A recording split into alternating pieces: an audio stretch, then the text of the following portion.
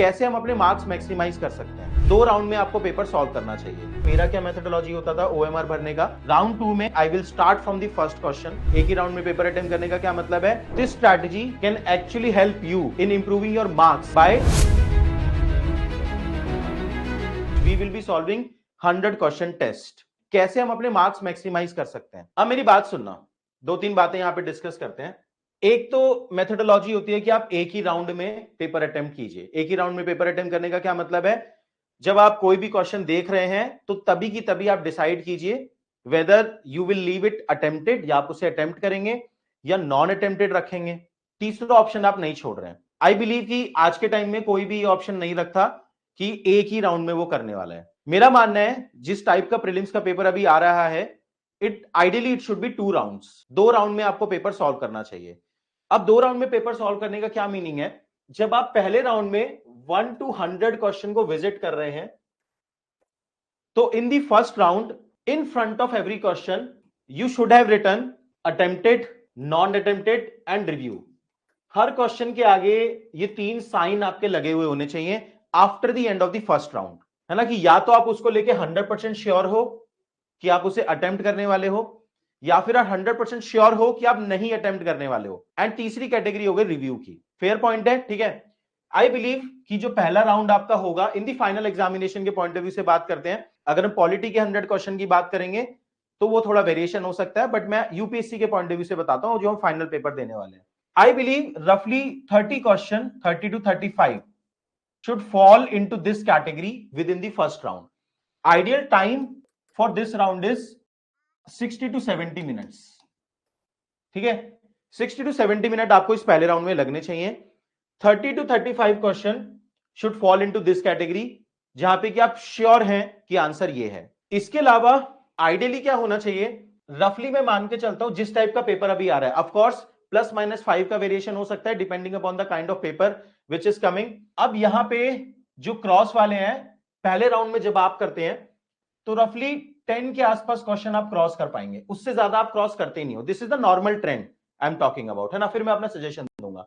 And यहां पे लगभग 55 क्वेश्चन, 55 के आसपास आप क्वेश्चन रिव्यू में डाल देते हो। Isn't it? This is the usual trend. अगर आपने अटेम्प्ट अभी दिया है पिछले साल तो आपको आइडिया होगा कि हाँ नॉर्मली यही होता है ना। यहाँ पे 30 to 35 क्वेश्चन रहते हैं। 10 क्वेश्चन के आसपास हम श्योर होते हैं कि हम अटेंड नहीं करेंगे। इसका नंबर और कम भी हो जाता है बिकॉज कुछ लोग थोड़े उस टेंशन में होता है कि ज्यादा से ज्यादा क्वेश्चन वो रिव्यू में डाल दें, उनको ये लगता है कि बाद में कुछ क्लिक कर जाएगा। तो ये नंबर मैंने देखा है किसी का भी ना 55-60 से कम नहीं होता, कि सेकंड राउंड में रिव्यू करने के लिए जो क्वेश्चन है आपके, वो काफी सारे क्वेश्चन बचते हैं, है ना। आपने लास्ट ईयर का प्रीलिम्स एग्जामिनेशन दिया होगा, आपके साथ भी ऐसा हुआ होगा कि रफली 55 to 60 क्वेश्चन आपके रिव्यू कैटेगरी में होंगे। और समय कितना बचा है इन क्वेश्चन को सॉल्व करने के लिए, 55 to 60 लिख देता हूं मैं। यहाँ पे समय बचा होगा आपके पास, ओएमआर भी भरनी होती है। यहाँ पे इफेक्टिव समय की बात करते हैं 40 मिनट्स। और लास्ट में ये क्रिएट करता है पैनिक। डू यू थिंक हम जब पहले राउंड में अटेम्प्ट करते हैं तो हमारी क्या ये आइडियोलॉजी होती है कि यार as many as question review में डाल दें। हम ये सोचते हैं बाद में आके कोई और रिव्यू करेगा और वो हमारे ऊपर प्रेशर बनाता है। क्या हमें रिव्यू कैटेगरी में ज्यादा से ज्यादा क्वेश्चन डाल के कोई ऑब्जेक्टिव बेनिफिट है? Absolutely no. तो इट इज गुड कि हम एक बैलेंस मेंटेन रखें कि फर्स्ट राउंड में हम कितने क्वेश्चन को श्योर शॉर्ट बोल रहे हैं। This is my sure short category. Sure short का क्या मीनिंग है यहाँ पे, कि we have taken a decision regarding this, है ना। आपको वहां पे 100 क्वेश्चन के रिगार्डिंग डिसीजन लेना है। आपके पास टाइम है 120 मिनट्स। मैं बोलूंगा ओएमआर के 10 मिनट हटा दो, है ना, और 10 मिनट और हटा दो फालतू की चीजों के, ठीक है। 100 मिनट्स हैं आपके पास वहां पे टू टेक 100 डिसीजंस। तो आई वांट कि ये जो यहां पे आप फर्स्ट राउंड में अगर 60 to 70 मिनट लगा रहे हो, अगर लेट से आपने यहां पे 60 मिनट लगाए, तो 60 मिनट के अंदर रफली आपने 50-55 डिसीजन मिनिमम ले लिए हो। मतलब जितने आपने मिनट्स यहां पे लगाए फर्स्ट राउंड में, उतने ही डिसीजन रफली आपने ले लिए हैं। This is the matrix which I am asking you to follow. +-5 का गैप चलेगा। बट अगर ये गैप बहुत ज्यादा है कि आपने पहले राउंड में लगा दिए 70 मिनट्स और आपने डिसीजन अभी कितने लिए हैं 45, then you are set for a disaster. आप अब जल्दी जल्दी में अपने रिव्यू वाली कैटेगरी के डिसीजन लोगे और वहां पे आप मैसअप करोगे, है ना। अब मेरी बात सुनना, इसका मतलब क्या है, आपको फिनोमेना समझ में आया। अब मेरी एडवाइस क्या है टेल मी वन थिंग कि ये जो आपने रिव्यू में आपकी जो टेंडेंसी है 50 टू 60 क्वेश्चन डालने की, क्या इनमें 50 टू 60 क्वेश्चन को इक्वल फोकस चाहिए होता है ना? ये जो 50 टू 60 क्वेश्चन आप रिव्यू में डाल रहे हो, इसको भी मैं अलग अलग कैटेगरी में डिवाइड कर रहा हूं। यहां पे एक कैटेगरी वो होगी जहां पे बहुत ही लिटिल डाउट होगा आपको। लिटिल डाउट से क्या मीनिंग है? आप क्वेश्चन को लेके, आंसर को लेके श्योर होना हो, बट आपका जो डिसीजन है वो ज्यादा चेंज होने के चांसेस नहीं है।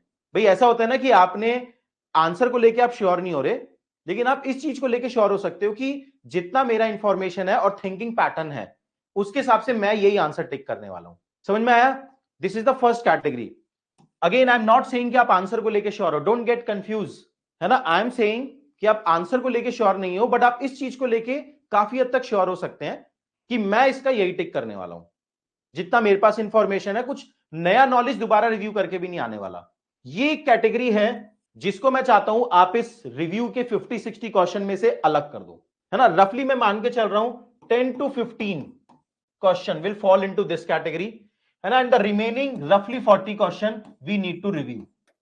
In my opinion, this strategy can actually help you in improving your marks by 15 to 20 numbers.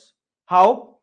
देखो, क्या आपको लगता है, आपने पेपर दिया है तो शायद एक्सपीरियंस हम रिलेट कर पाए, ये जो मैं 10 टू 15 क्वेश्चन बोल रहा हूं, क्या आपको लगता है कि आप रिव्यू करके कुछ कैटेगरी ऑफ क्वेश्चन ऐसे होते हैं जहां पे आप ओवर थिंक करके आंसर बदलते हो और वो गलत हो जाते हैं? अब देखो जल्दी जल्दी सबका यस आएगा, सर मेरे साथ भी हुआ, मेरे साथ भी हुआ।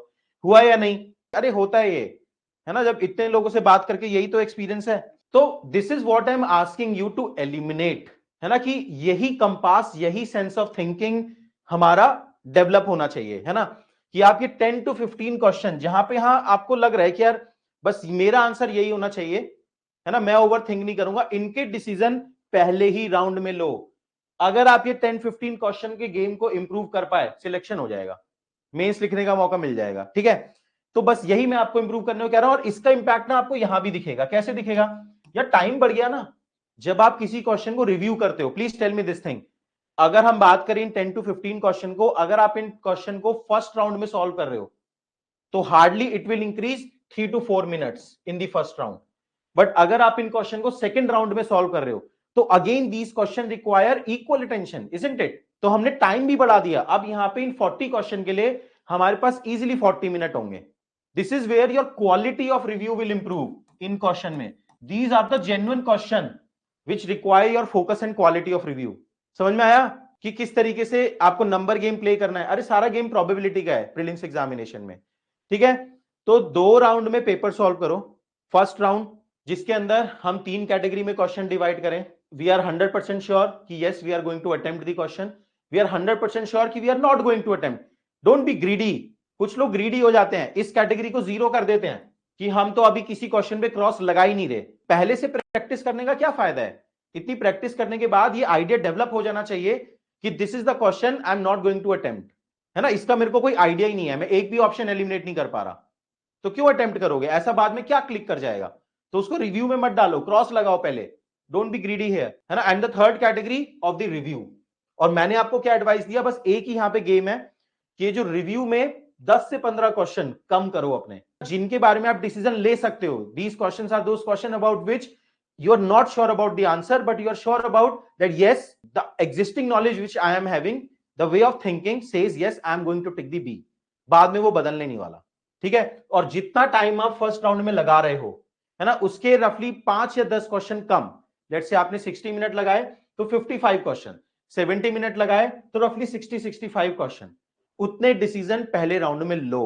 अब ये हमने लास्ट सेशन में भी डिस्कस किया था, अगेन दीज सिली क्वेश्चंस की अप्रोक्सीमेटली कितने क्वेश्चन हमें अटेम्प्ट करने चाहिए। एक बार और एड्रेस करता हूं मैं, चलो इस बात को, कि देखिए मैंने, अगर मैं अपना एक्सपीरियंस आपको बताऊं प्रीलिम्स एग्जामिनेशन में, 4 times I have cleared the prelims. Last attempt के मार्क्स मुझे याद है, cut off was somewhere 92, my score was 126। एक और अटेम्प्ट 2014 का मुझे याद आ रहा है, वेयर कट ऑफ से 30 मार्क्स मेरा ऊपर था, है ना? और भी 1-2 साल थे, 1-2 साल शायद मार्जिन पे भी कभी ना कभी क्लियर हुआ होगा डेफिनेटली। मेरा जो एक्सपीरियंस है ना, मैं कभी भी ये सोच के नहीं गया कि मुझे इतने क्वेश्चन अटेम्प्ट करने हैं। Never I had given this thought कि हाँ मेरे को 70 ही अटेम्प्ट करने हैं, 80 अटेम्प्ट करने हैं, 90 अटेम्प्ट करने हैं। मेरा एक पेपर सॉल्विंग का मेथोडोलॉजी है जो मैंने आपको पहले भी डिस्कस किया है कि भाई हम 50% प्रोबेबिलिटी पे रिस्क लेंगे, उससे कम पे नहीं लेंगे।